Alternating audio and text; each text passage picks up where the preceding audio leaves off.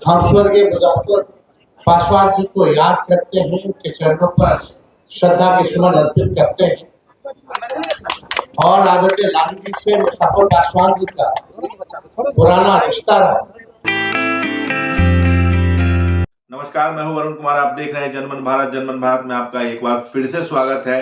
जिले की तमाम खबरों के साथ आज हम एक बार फिर से हाजिर हुए हैं। तो हम बातचीत करते हैं बोचहा के पूर्व विधायक मुसाफिर पासवान जी का, जिनका पुण्यतिथि मनाया जा रहा था। तीसरी पुण्यतिथि मनाई जा रही थी। इसका आयोजन जो है उनके बेटे, जो बोचहा के वर्तमान विधायक हैं, अमर पासवान, उन्होंने किया था। इस अवसर पर राजद के बड़े नेता, बिहार के पूर्व उप मुख्यमंत्री तेजस्वी यादव पहुंचे। उन्होंने बताया कि मुसाफिर पासवान और लालू यादव के बीच बहुत ही गहरा रिश्ता था। उनके पिता हमेशा मुसाफिर पासवान को पसंद करते थे राजनीतिक रूप से। उनका जाना एक गहरी खाई था। लेकिन सबसे खुशी की बात यह है कि उनके बेटे अमर पासवान ने उस जो गहरी खाई थी उसको भरने का काम किया है और राजद को मजबूती दी है। पिछले विधानसभा में बहुत बड़ी बहुमत से उनको जीत हासिल हुई थी। ऐसा ही उनका संबंध आगे भी चलता रहेगा। उन्होंने मुसाफिर पासवान को लेकर कहा कि उनकी राजनीतिक समझ बहुत बड़ी थी। सबों के नेता रहे स्वर्गीय मुसाफिर पासवान जी के, और साथ ही साथ मूर्ति अनावरण कार्यक्रम में यहाँ उपस्थित उनके पुत्र, पार्टी के हमारे विधायक अमर पासवान जी, पार्टी के हमारे मुजफ्फरपुर जिले से आए सभी हमारे विधायक, सभी एमएलसी गण, पार्टी के सभी पदाधिकारी, कार्यकर्ता और यहाँ आए सभी बुजुर्ग, नौजवान, युवा साथी, आज आप लोगों के पास यहाँ आए हैं और इस तीसरी पुण्यतिथि के अवसर पर हम स्वर्गीय मुजफ्फर पासवान जी को याद करते हैं, उनके चरणों पर श्रद्धा के सुमन अर्पित करते हैं और आदरणीय लालू जी से मुजफ्फर पासवान जी का पुराना रिश्ता रहा। जैसा आप सब लोग जान रहे हैं कि 2009 के चुनाव में पार्टी के तरफ से उनको टिकट दिया गया और वो जीत करके आए। सामाजिक न्याय, धर्मनिरपेक्षता में विश्वास करने वाले, गरीबों की लड़ाई लड़ने वाले, आज हम लोगों के बीच मुसाफिर पासवान जी नहीं, इसका कमी तो है ही, लेकिन खुशी की बात है कि उनके पुत्र अमर पासवान जी उनके नक्शे कदम पर उनके विरासत को आगे ले जाने का काम, और पुनः पहली बार अमर पासवान जी को राष्ट्रीय जनता दल ने पिछले उपचुनाव में हम लोगों ने टिकट दिया और बोचहा की जनता ने भारी मतों से इनको जो है विजय बनाने का काम किया और मुझे पूरा विश्वास है कि आगे भी जो है इन पे जनता जो है आशीर्वाद देने का काम करेगी। तो आज पुण्यतिथि के अवसर पर ज्यादा कुछ कहेंगे नहीं, लेकिन आज उनको याद करते हैं और उनके दिखाए हुए रास्ते पर पूरा मुझे विश्वास है कि हमारे पासवान चलने का काम करेंगे। बहुत बहुत धन्यवाद आप सब लोगों का, बहुत बहुत शुक्रिया। सभी लोगों को आदाब, प्रणाम और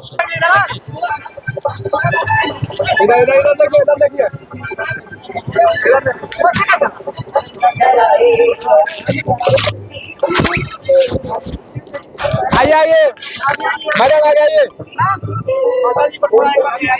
अरे यार ठीक है ठीक है ठीक है।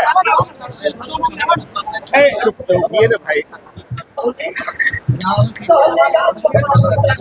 स्वर्गीय मुसाफिर पासवान जी पूर्व विधायक, हमारे पिताजी, आज उनका तीसरा पुण्यतिथि था और मुझे बेहद खुशी है कि आज माननीय नेता प्रतिपक्ष तेजस्वी यादव जी यहाँ पे उपस्थित हुए और सभी लोगों को उन्होंने संबोधन किया। यहाँ पे वृक्षारोपण का भी कार्य किया और जिस तरह से उन्होंने इतने कम समय में रहते हुए भी उन्होंने समय दिया, यहाँ पे पटना से मुजफ्फरपुर आके समय दिया, मैं उनका बहुत बहुत आभार व्यक्त करता हूँ।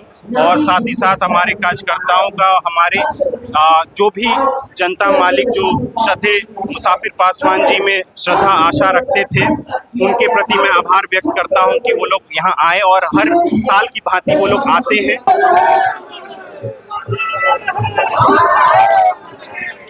परिवार के साथ ग्रुप फोटो मैडम, अरे पीछे करो, कि आज हमारे ससुर जी स्वर्गीय मुसाफिर पासवान जी की आज तीसरी पुण्यतिथि रही और हर साल की भलीभांति हम उसे आज मना रहे हैं। और इसी अवसर पर माननीय प्रतिपक्ष नेता तेजस्वी यादव जी भी का आगमन रहा और उन्हें श्रद्धांजलि दी।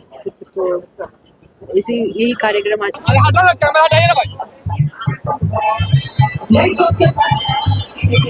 वही अब हम आपको बता रहे हैं कि नवयुवक समिति सभागार कक्ष में अखिल भारतीय सफाई मजदूर कांग्रेस द्वारा एक बैठक आयोजित की गई, जिसकी अध्यक्षता संघ के प्रदेश अध्यक्ष ललन राम ने किया। उन्होंने कहा कि जिस तरीके से सफाई मजदूर कर्मियों का शोषण हो रहा है, इस पर रोक लगाई जानी चाहिए, जो कानून है उसको बदला जाना चाहिए और उन्हें उचित जो है वो मुआवजा और भत्ता मिलना चाहिए। पटना से चलते आए चतुर्वर्गीय कर्मचारी के सचिव मिथिलेश जी के एक समाज सेवी के रूप में वो भाई जो आज हमारे मुजफ्फरपुर से हीरे की तरह उनको हम लोग चयन करके ठेकेदारी प्रथा है, गुलामी प्रथा का बदरूप अंग है। इसके लिए संगठन ने निर्णय लिया है कि राज्य स्तरीय पैमाने पर सफाई काम का ठेका सुप्रीम कोर्ट ने 2013 में एक आदेश निर्णय पारित किया कि जो रोजमर्रा का काम है, नेचुरल प्राकृतिक जो काम है सफाई के काम, उसको ठेका पे नहीं दिया जा सकता है। लेकिन भारत में राज्य सरकार जो है मनमानी कर रहा है और सबको जो है कि ठेका सफाई का काम ठेका पर दे दिया। तो इसके लिए हम लोग गोलबंद हो रहे हैं, राज्यव्यापी बड़ा आंदोलन करने जा रहे हैं हम लोग और ठेकेदारी प्रथा को जड़ से समाप्त करने का हम लोग संकल्प लिया है। और जो एनजीओ का जो है, एनजीओ का तो बहुत बुरा हाल है। एनजीओ एकदम बेईमान हो गया है, सफाई मजदूरों के लिए नासूर बन गया है, वो खून चूस रहा है, वो रोटी इनके हकमारी कर रहा है। और एनजीओ मतलब समझ लीजिए कि एनजीओ के अंदर में जो सफाई मजदूर काम कर रहे हैं वो बिल्कुल शोषण के शिकार। अब हम अपने जिले से बाहर मोतिहारी जिले की बातचीत भी करेंगे। मोतिहारी जिले में जो है एक कार्यक्रम आयोजित किया गया। यह कार्यक्रम आदापुर प्रखंड के गम्हरिया खुर्द गांव में किया गया था। इसका आयोजन जो है वो विभूति पंडित काशीनाथ तिवारी स्मृति पर्व के रूप में यहाँ जो है मनाया गया था, जिसकी अध्यक्षता पंडित काशीनाथ तिवारी के पुत्र और वरीय पत्रकार अमरिंदर तिवारी ने किया। सबसे बड़ी बात यह है कि ये लगातार कई वर्षों से होता आ रहा है। इसमें जो समाज के लोग हैं, पत्रकार हैं और कई अन्य विभूति हैं जिनको सम्मानित किया जाता है और काशीनाथ तिवारी जी को याद कर, उनको स्मरण कर उनके कार्यों की सराहना की जाती है। क्लासमेट कहिए, जो भी कहिए, हरिनारायण चाचा जी से आग्रह है कि आज स्कूली अवसर पर आवे और मंच को सुशोभित करें।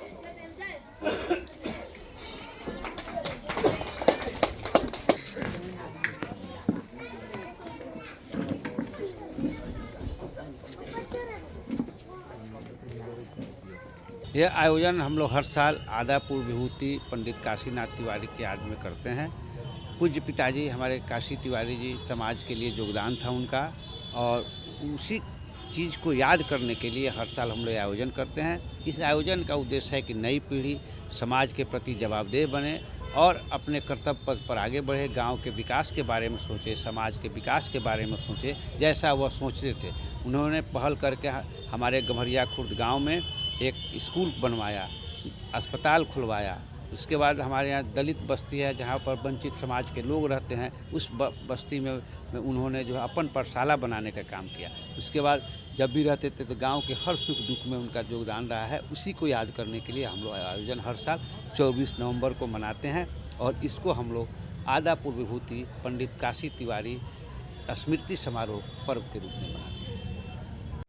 अब हम मोतिहारी से समस्तीपुर की तरफ चलेंगे। समस्तीपुर के मोहनपुर में शंभू झा सामाजिक कार्यकर्ता है, उन्होंने कंबल वितरण किया। वो दिल्ली में प्रवास करते हैं, लेकिन इन दिनों अपने गांव में आकर सामाजिक कार्यों में लगे हुए हैं। वो वृद्धजनों को कंबल और कई अन्य सामग्री का जो है मदद किया है उन्होंने। वो समय समय पर अपने गांव में आकर मदद करते रहते हैं। उनका मानना है कि इस तरीके से समाज का विकास होता है और समाज के विकास में जिस तरीके से जो भी योगदान हो वो जरूर देना चाहिए। और मैं समय समय पर दिल्ली से अपने गांव आकर, अपने पूर्वजों के पास आकर अपने समाज की सेवा कर गौरवान्वित महसूस करता हूँ।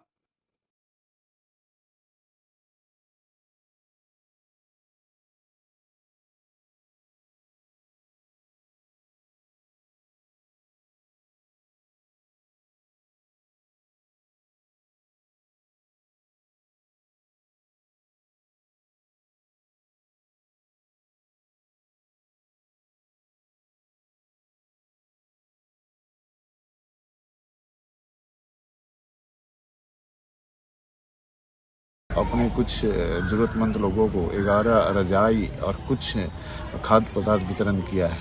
यहाँ पे जब हम आए हैं तो बहुत सर्दी का मौसम आने वाला है, तो आप लोग से भी आग्रह है कि यदि आप लोग सार्थक हैं, समर्थ हैं, तो ज़रूरतमंदों को सहायता करें और इसी तरह का सहायता करें ताकि वो आपको आशीर्वाद भी देंगे, भगवान भी आपको आशीर्वाद। फिर से एक बार मुजफ्फरपुर जिले में आते हैं और बातचीत करते हैं। अहियापुर थाना क्षेत्र में एक निजी स्कूल में एक बच्चे की संदिग्ध परिस्थिति में मौत हो गई थी।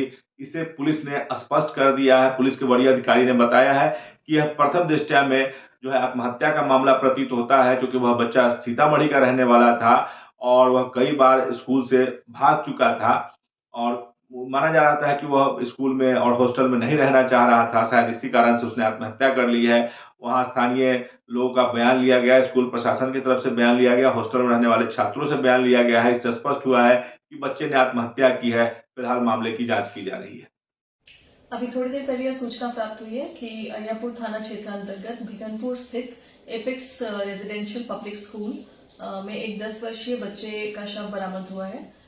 बच्चा जो है वह सीतामढ़ी जिले का रहने वाला है और उसके परिजन यहाँ आ चुके हैं।